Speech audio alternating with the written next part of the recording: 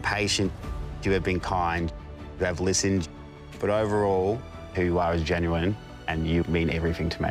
Seeing you grow, and when you do love yourself, gosh, you're amazing. I will cherish this journey with you till the end of time. It's a pity that, Tristan and Cassandra, this is what they've come to. It's a pity that, this is where they are. I hope they're able to take the lessons that they've learned from this relationship, the experience that they've gained from this relationship, and use it to their advantage in their next relationship. Andy and Richie, it's really sad as well. Really sad. I wish them all the best. And I'm here for John holding Jack's feet to the fire, because Jack really needed to be questioned, because it's unacceptable for him to continue to give stupid answers. But anyway, I digress. Hey there, thanks for stopping by. Welcome to my channel. If you're new here, don't forget to subscribe, click the like button, turn on the notification bell for when I upload new videos, and definitely leave a comment. In this episode, I'll be reviewing Married at First Sight Australia, Season 11, Episode 29. It's time for a commitment ceremony, and it's time to know who stays and who leaves and what the mess is. Lucinda and Timothy seem to be in a very good place. They are happy and they are really trying to mind their business. They seem to be doing very well, which I love for them. You have Jack and Tori. Jack and Tori, for me, I'm not buying whatever they're trying to sell. The fact that they're trying to make it seem like they are at war with the rest of the cast and the experts, and they're having to defend their marriage. And it's like, that's because your husband is saying things behind your back that he's not willing to say to your face. The moment you find out and you see everything that he's been saying, you're going to look like a fool. And then we'll still be here laughing. Jade and Ridge, they saw Jade's daughter. Ridge seems to be doing really well.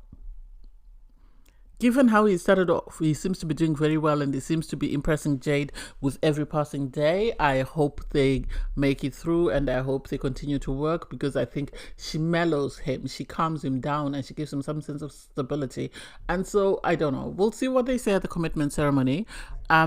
You have Sarah and Tim. Sarah and Tim are in a good place. They have moved on from their drama, from the emotional cheating, according to Sarah. Only she knows exactly what took place, and her ex.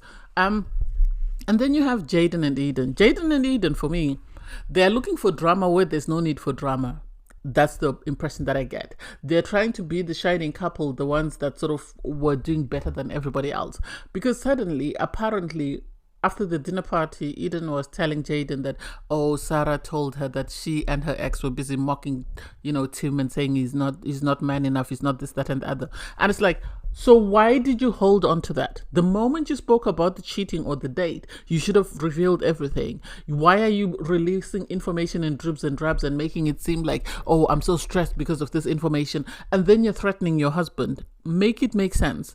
I think they're using it, or they're just trying to tarnish Sarah. Sarah is wrong for what she did. Sarah is wrong, don't get me wrong. But I think Eden and Jaden are now using Sarah's situation to get a moment, to get airtime, to continue to be relevant in the show, because otherwise there's nothing relevant about them. Because had this been an issue, Eden should have brought it up. If she didn't want to bring it up at the time she spoke about the cheating, she should have discussed it with her friends. She didn't need to bring it to her husband and make it be a thing that they now are stressed about. They're getting on my nerves. Anyway, you have all the husbands arrive for the commitment ceremony, followed by their wives. The first couple on the couch is Tim and Sarah. What do I think? I think they're working for now. I think Sarah is groveling and she really wants to stay on the show, so they're working. I sort of agree with Jaden in the sense that it seems a bit too good to be true at the last minute. I feel like she's trying to save her image, and this is why she's working very hard to sort of keep Tim sweet and keep him sort of saying yes. That way they can continue to stay on the show. That's the impression that I get. Do I think she really likes him romantically? I don't think so. I think she likes him enough to have sex with him. She's sexually attracted to him, but I don't know whether there's a possibility that she'll ever fall in love with him. I think she wants to revamp her character, as Jaden has said, and I think she's going to do and say everything within her power to sort of make sure that they're able to stay on the show. I agree with Jaden. Again, I didn't realize I would be agreeing with Jaden today. When he said to Eden, well, if you didn't have proof, why did you tell me that she was bad-mouthing Tim? And she then said, oh, I don't want to talk about it. I've talked about it. And it's like, well, were you doing it to be malicious, or were you doing it just to give me a heads up so that I can give my friend a heads up? Which is it? You told me this, and then now you're refusing to say, I don't want to talk about it. I've talked about them enough. Well, you should have stopped talking about them the moment we confronted her in front of Tim, and then that would have been it. So I am not buying whatever she's selling. Tim, you can tell he's undecided. His senses are up again because of what Jaden said, and I have a feeling they're not going to work. I think he's staying on the show because he really liked her, but I don't think he will stay on because he's falling in love with her. Yeah, you had Jono say they were giddy, they seemed very happy. They are sexually attracted to one another, and had Sarah behaved properly and not cheated, they would have actually made it to the end and even after the show. But because of her behavior, I think Tim is only one more incident away from saying leave and deciding to leave. That's the impression that I get. And for Sarah to say, oh, we're all not so lucky, like you and Eden, or Jack and Tori, or Jade and Rich, I only agree with Jade and Rich.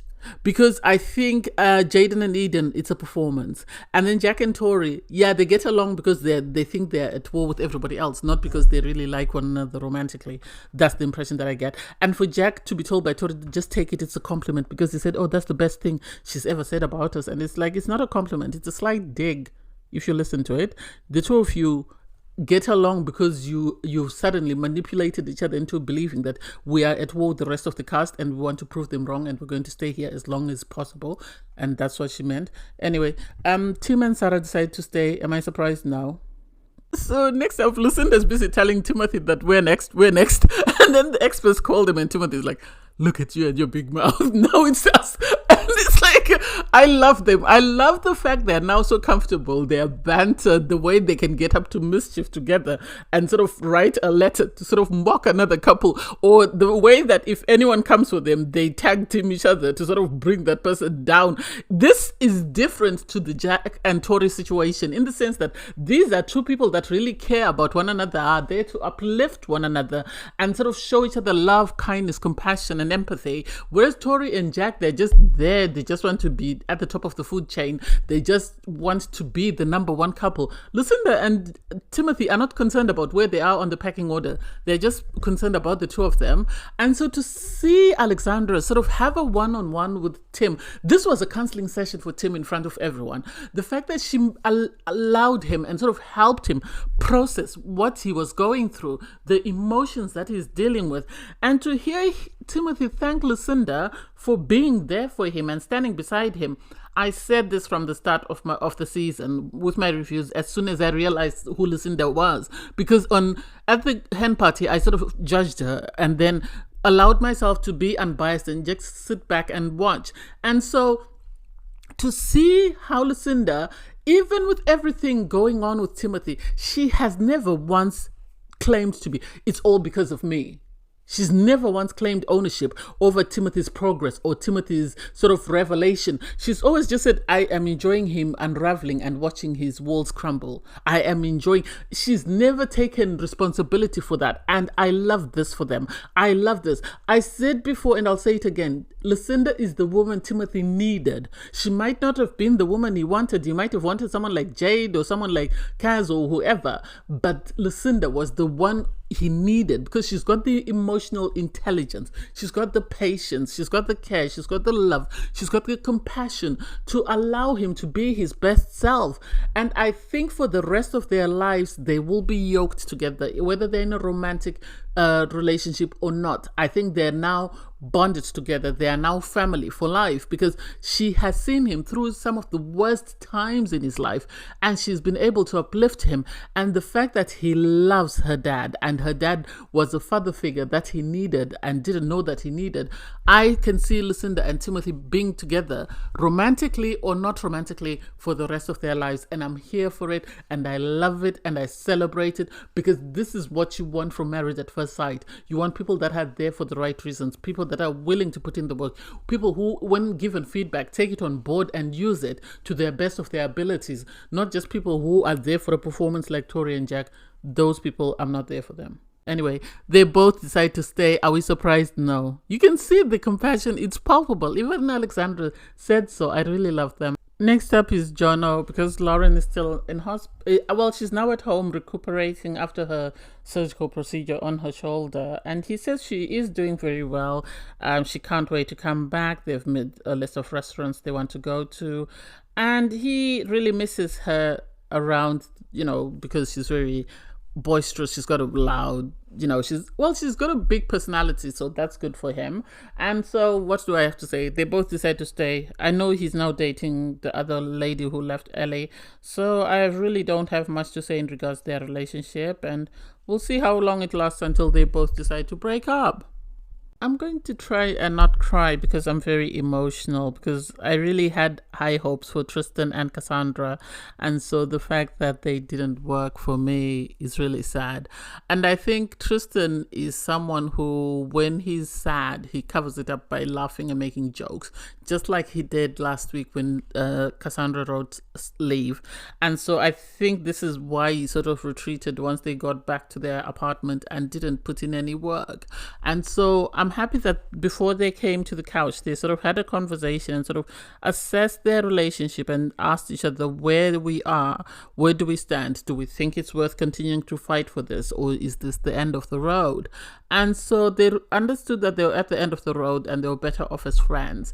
And so the experts, you could tell everyone was heartbroken. Jade was sobbing for them, even though she's only known them for less amount of time than everybody else in the experiment. And so they were asked, do you have anything you want to say to one another? And they both appreciate that they had a good thing going. They were very respectful towards one another during their time. They were very compassionate and caring towards one another. That they cannot take away. But I think the fact that Tristan didn't show or wasn't sort of intimate, not as in having sex, but just giving, Cassandra a hug or a kiss or whatever, this is why Cassandra is leaving. She really liked him as a person. It's just that he had his own baggage that he was coming with. I like the fact that he said, maybe when I've worked on myself and I am in a better space, maybe we will be ideal for one another. I truly believed he liked her. I think he liked her, but he had a lot of insecurities because he didn't know whether he could live up to her expectations, irregardless of how many times she reassured her that he was the guy for her and she really liked him for who he was. And so you could see everyone was sad when they both wrote leave, and they both sat and they spoke to one another, and they understand that they will be in each other's lives for the rest of their life because they have created this great friendship and they are there sort of cheering for one another.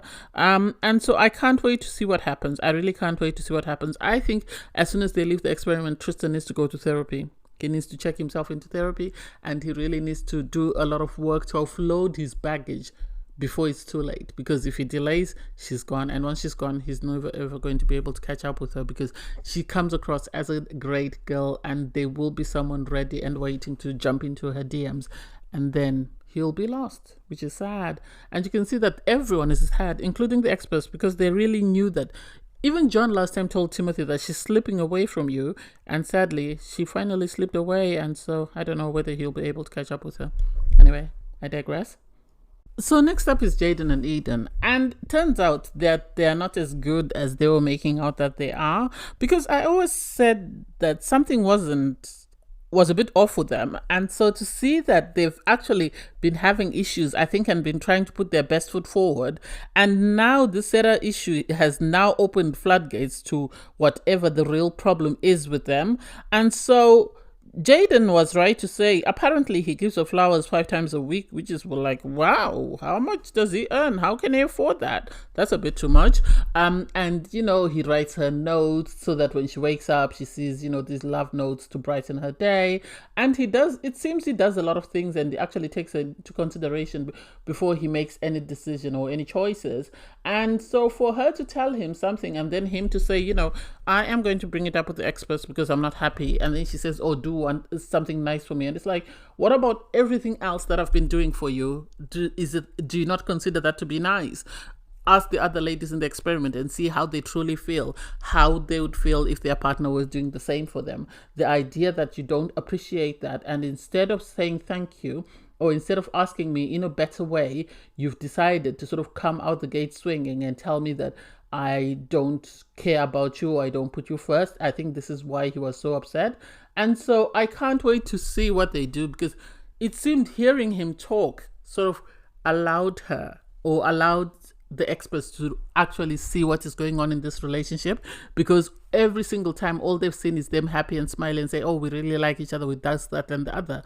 And their relationship seemed more focused on sort of reflecting on Jaden's brother than anything else. So I'm happy that they're at this place where they've actually opened the hood to their own car and sort of offloaded their own baggage or the issues with their own sort of car, instead of continuing to focus on Sarah and what's going on with Sarah and Tim. So hopefully they'll be able to take on board what's been said, and Eden doesn't shut down and use it against Jaden, that why did you bring it up with the experts when I told you not to? And for her to say, oh no, my ultimatum wasn't that I want to leave him, it was I want to leave the experiment. And it's like, well, if you feel you still like him and you want to leave the experiment, then the two of you leave. Go home and continue to work on your relationship. You don't need to be in the experiment to work. I don't get why people are, oh, no, I still want to be here. People still want to be there to get celebrity, not because they want to work on their relationships. You can work on your relationship at home unless you're worried about the distance and you think you need to be a bit closer to your partner for a while to see what else you need to learn before you make a decision. That's the impression that I get. Anyway, they both decide to stay. Am I surprised? No, they're always going to write stay. They always are going to write stay. So at least we get to see the other side of Jaden and Eden, unlike the polished side that they continue to give us. Next is Jade and Rich. Jade and Rich seem to be doing well. I thought he was going to be very immature. I thought he was going to be a problem child. But it's actually shocking me with his level of maturity, the way he's taking on board the fact that, Jade has a daughter and is actually doing things to make the daughter feel appreciated or feel that he really cares for her. Has been amazing. So apparently he made a packed lunch. He put in a little note, which is something that Jade normally does. And she was really appreciative of the fact. I think Rich growing up with his dad and watching how his dad looked after his stepsister or his half-sister is why he is the father, or he is the man that he is to Jade's daughter. I think he finds it easier because this is something he's lived through and something he knows that can actually work if you put in the effort. So yeah, I am anxious. I know someone in the comments was anxious as well, saying that it's a bit too early, but if she trusts him and if he's doing it for the right reasons and if he's showing that he's genuine, then who are we to judge to say, maybe it's a bit too early or it's too late? As long as Jade is not just bringing him around her daughter all the time and is bringing him in small doses. That way, if it doesn't work out, her daughter's not left heartbroken, because at the end of the day, the child is going to get attached, and that would be the concerning part.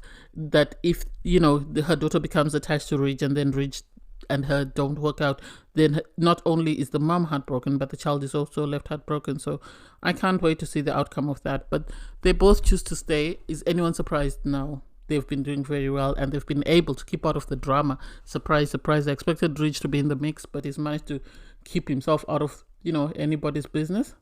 Next is Tori and Jack. Tori and Jack, for me, I give credit to the producers for asking all the questions that they asked, because tomorrow when Tori realizes how much of an idiot she's been, she cannot blame the show, because they've tried to save her countless times.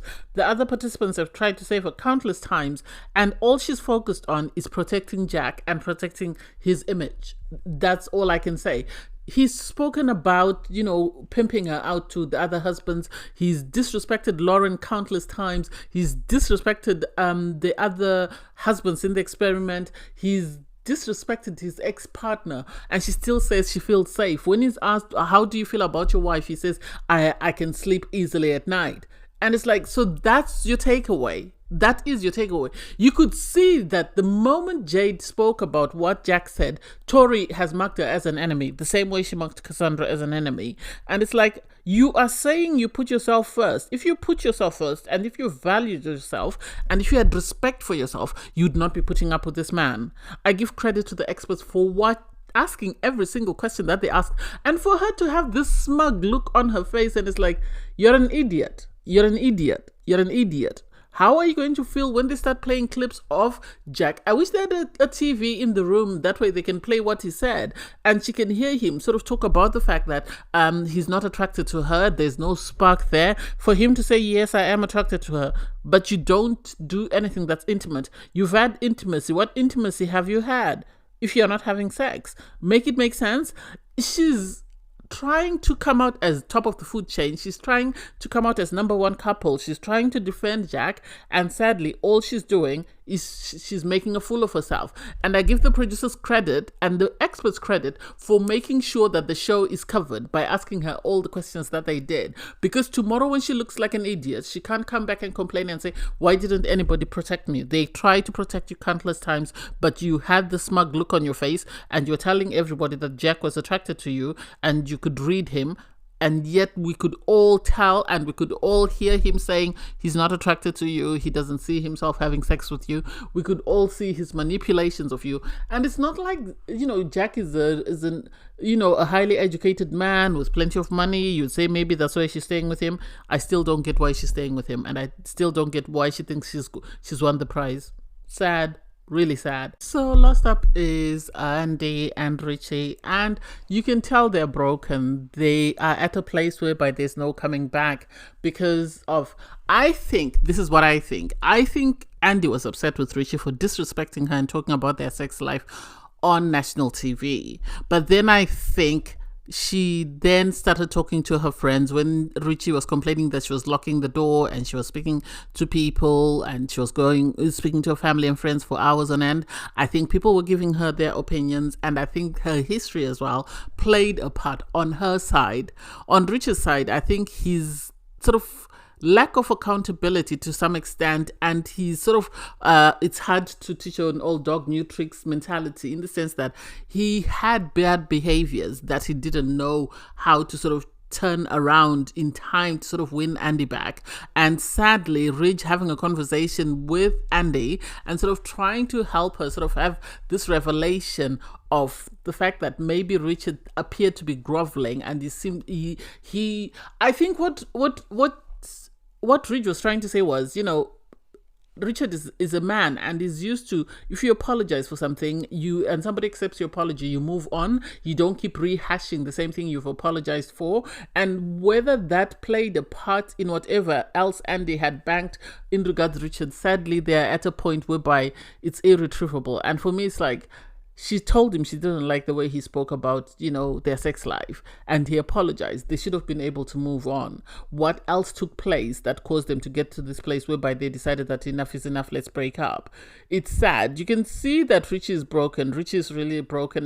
He's going to need therapy to sort of get him over this and sort of find a happy space where he can move on and find someone for himself, or someone who matches his energy. On her part, Andy, yes, she is upset, but I think part of it is she's holding on to her anger from some things or some allegations or accusations. The fact that Richard said, her ex treated her in a certain way and this is why she's behaving that she is. The fact that Ridge, without intending any harm, sort of said to her, you wear the pants in your relationship. That also added to that. And so whatever else she was being accused on, I think it piled on and she held on to it. Instead of addressing it and moving on, she kept holding on to it.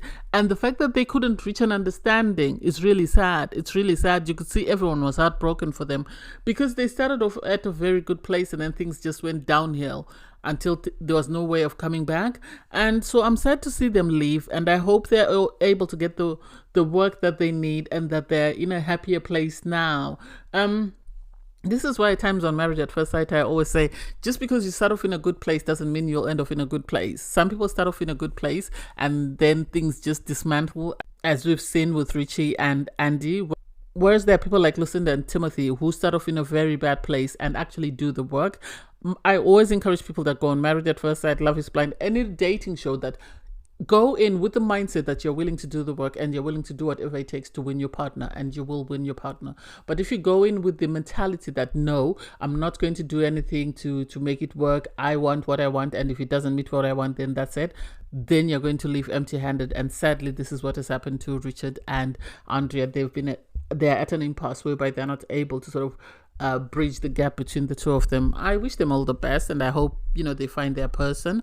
It's a sad it wasn't on Marriage at First Sight, but anyway, thanks guys for watching. Please don't forget to like, share, comment, and subscribe, and click the link in my video to watch my review from episode 28.